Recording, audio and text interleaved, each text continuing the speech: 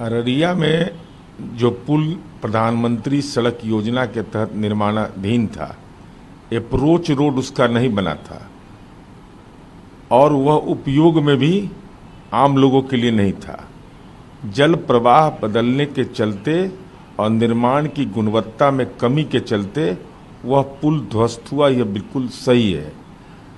तत्संबंधी कार्रवाई आज ग्रामीण कार्य विभाग का तकनीकी टीम वहां जा रहा है।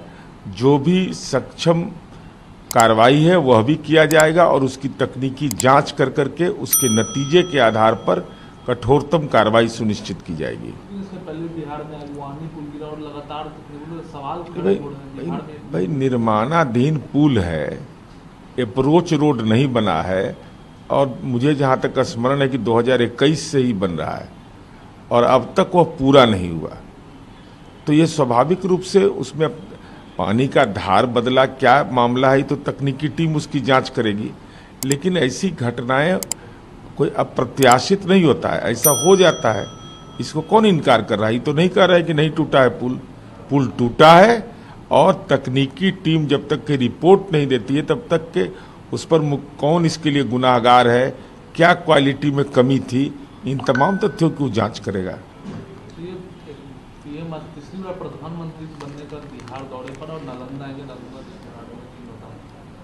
आदरणीय प्रधानमंत्री नरेंद्र मोदी जी अपने संसदीय क्षेत्र वाराणसी के बाद प्राचीन वैभव जो हमारा था, जो माननीय नीतीश कुमार जी ने लौटाया, किसी को मौका मिला तो उसने परिवार को धन कुबेर बनाया और माननीय नीतीश कुमार जी को मौका मिला तो उन्होंने नालंदा विश्वविद्यालय बनाया।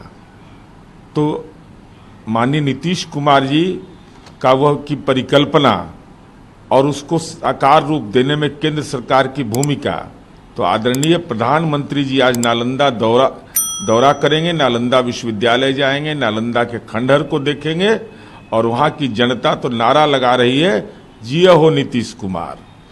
सर, ये उपचुनाव होना है, रुपौली से एक बार फिर से आप लोग पार्टी में पहले थी, विधायक थी बीमा भारती, अब वो आरजेडी में चली गई है, तो उनको फिर से एक बार टिकट आरजेडी में दिया है। राष्ट्रीय जनता दल का वो आंतरिक मामला है, लेकिन जिस ढंग से अति पिछड़ा समुदाय की बीमा भारती राजनैतिक रूप से जलील किया तेजस्वी यादव ने कि वह 27,220 वोट लाई, नोटा से कुछ ज्यादा, और रुपौली में क्या स्थिति उनकी रही यह भी जग जाहिर है।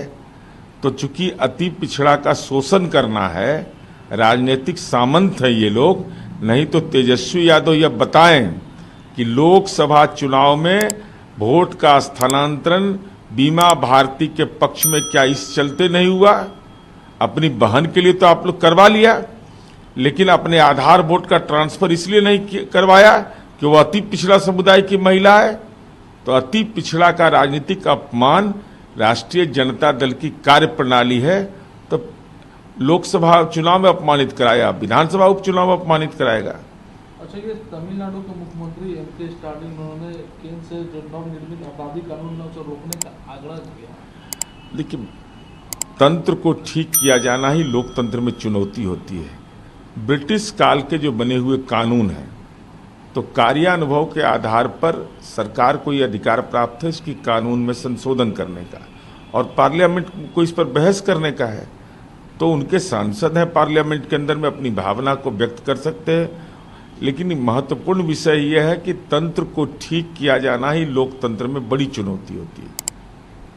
चलिए, ओवैसी हैं, उन्होंने नीट के मामले को लेकर है वो एनडीए सरकार पर निशाना साधा और कहा कि सुप्रीम कोर्ट की निगरानी में नीट का दोबारा परीक्षा मांग किया और बिहार जैसे राज्य में प्रश्न पत्र लीक होना और परीक्षा में अनियमितताओं को आरोप लगा है और आरोप है कि कई शहरों में वो विरोध प्रदर्शन भी हुआ है और बिहार के मुख्यमंत्री नीतीश कुमार वहाँ पेपर 40 लाख में बिक रहा है। अब ये डॉक्टर बनेंगे तो मनीष के कपड़वा भी भेजेंगे, भ्रष्ट है ऐसा सब। जनाब ओवैसी साहब, आपके पास तो धन की कमी नहीं है, अब बयानवीर भी बहुत बड़े आप हैं।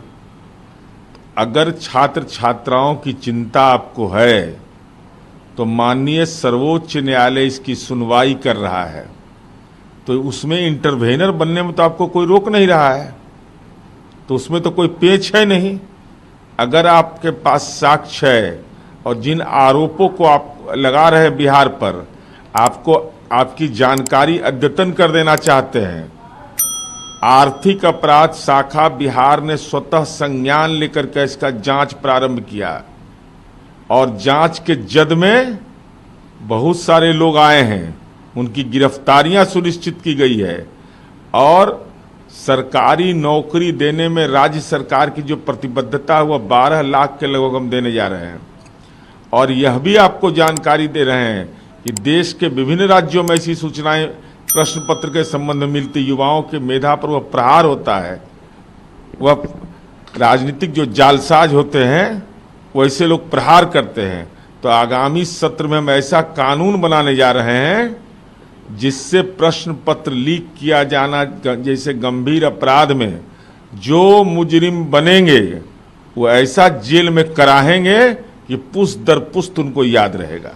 ये कर्नाटक के डिप्टी सीएम डीके सिंह को उन्होंने कहा कि न केवल संपूर्ण कर्नाटक कांग्रेस बल्कि पूरा देश, सभी राजनीतिक दल बीजेपी को छोड़कर वो ईवीएम पर प्रतिबंध लगाया जाना चाहिए और अपने मत पत्र के लिए जाना चाहिए। वही ये देश को बचा सकता और लोकतंत्र को बचा सकता। ईवीएम पर जो लोग सवाल उठा रहे हैं, हम उनसे विनम्रता पूर्वक अनुरोध करेंगे कि माननीय सर्वोच्च न्यायालय ने भी ईवीएम की वैधता को सही ठहराया। चुनाव की प्रक्रिया में आपको ईवीएम अवैध नहीं लगा, गलत नहीं लगा, तो कांग्रेस पार्टी को एक मानक स्थापित करना चाहिए। माननीय राहुल गांधी जी के नेतृत्व में 99 के चक्कर में कांग्रेस है, कांग्रेस पार्लियामेंट से इस्तीफा दे और तब ईवीएम पर कोई चर्चा करे, नहीं तो ईवीएम पर चर्चा करके जनादेश का अपमान कर रहे हैं।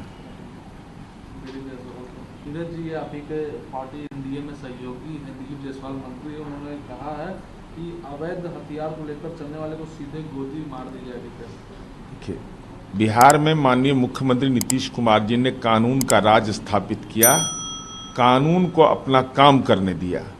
जाति धर्म से ऊपर उठकर अगर अपराध करोगे तो मुकम्मल कठोरतम कार्रवाई होगी और उसका यह नतीजा है कि 118 नरसंहार का बिहार सद्भाव का बिहार बन गया।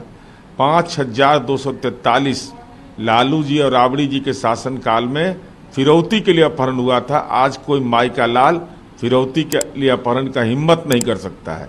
अगर हिम्मत करेगा तो कानून उस पर वज्रपात कर देता है। तो कानूनी प्रक्रिया का सम्मान करते हुए अपराधियों को दंड देना, यह बिहार की जनता ने इस पर मुहर भी लगा दी है। इसलिए हम समझते हैं कि सबसे बड़ा चीज़ है कि कानूनी इनकाउंटर करिए ना, वह ज़्यादा बेहतर है।